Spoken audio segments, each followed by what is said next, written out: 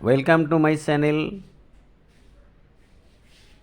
I am Manwar sir and my channel Master of Grammar.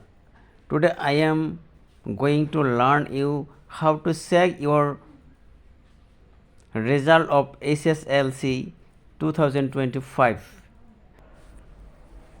Matric পৰীক্ষাৰ শিক্ষাৰ্থীসকল তোমাকলৈ থাকিল মোৰ হিয়া ভৰা মৰম। আজি এই ভিডিঅ'টোৰ জৰিয়তে মই তোমালোকক শিকাবলৈ লৈছোঁ তোমালোকে কেনেকৈ মেট্ৰিক পৰীক্ষাৰ ৰিজাল্টখিনি চেক কৰিব। মেট্ৰিক পৰীক্ষাৰ ৰিজাল্ট চেক কৰিবলৈ তোমালোকে তোমালোকৰ মোবাইলৰ যিকোনো এটা ব্ৰাউজাৰ ওপেন কৰিব। মই গুগল ওপেন কৰিছোঁ আৰু গুগলত গৈ তোমালোকে সাৰ্চ কৰিব ৰিজাল্ট RESULT ৰিজাল্ট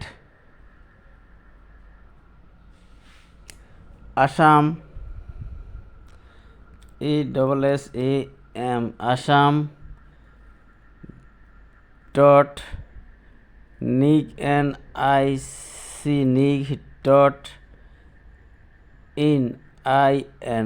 এনেকৈ লিখি সাৰ্চ কৰিব। সাৰ্চ কৰাৰ লগে লগে এনেকুৱা এটা পেজ ওপেন হ'ব। তোমালোকে ইয়াত ৰিজাল্ট আসাম ইয়াতে কি কৰিব ক্লিক কৰিব। ক্লিক কৰিলে এনেকুৱা এটা পেজ খুলিব। তোমালোকে ইয়াত যিকোনো ইয়াতে ওপৰতে এটা ক্লিক কৰিব।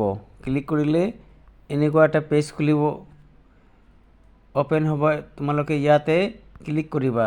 ক্লিক কৰিলে এনেকুৱা এটা পেজ খুলিব। ইয়াত লিখা আছে ৰোল নাম্বাৰ কেপচা। তোমালোকে ইয়াত ৰোল নম্বৰ এই ৰোল নম্বৰ ক্লিক কৰিবা।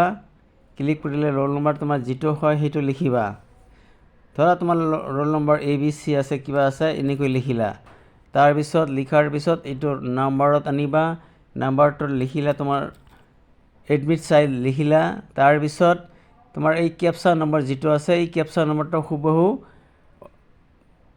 লিখিবা। কেপচা নম্বৰ কি আছে ইয়াত 3N12BI এনেকৈ লিখিবা 3N12BI। ইয়াৰ লিখাৰ পিছত কি কৰিব ইয়াতে সাবমিট মাৰিব। সাবমিট মাৰাৰ লগে লগে তোমালোকৰ কি হ'ব ৰিজাল্টখিনি আহিব। ইয়াত লিখাইছে ৰিজাল্ট আসাম নিক ইন চেছ ইণ্টাৰ ভেলিড ৰোল নম্বৰ। মই ইয়াত ৰোল নম্বৰখিনি মিছা ৰোল নম্বৰ দিছোঁ সেইকাৰণে এইটো আহিছে। তোমালোকে যদি তোমালোকৰ ৰিজাল্টখিনি তোমালোকৰ এডমিটৰ অৰিজিনেল যিটো নম্বৰ সেইটো লিখি দিয়ে তেনেহ'লে তোমাৰ সেই ৰিজাল্টখিনি শ্ব' কৰিব। আৰু এইখিনি কাম কৰিব যেতিয়া তোমালোকৰ যিদিনা তোমাৰ ৰিজাল্ট দিব সেইদিনা ৰাতিপুৱা 10 বজাত ট্ৰাই কৰিব। তোমালোক আজিলৈ ইমানেই। ভিডিঅ'টোৰ দ্বাৰা যদি উপকৃত হয় তেনেহ'লে মোৰ এই চেনেলটো ছাবস্ক্ৰাইব কৰিব। ধন্যবাদ।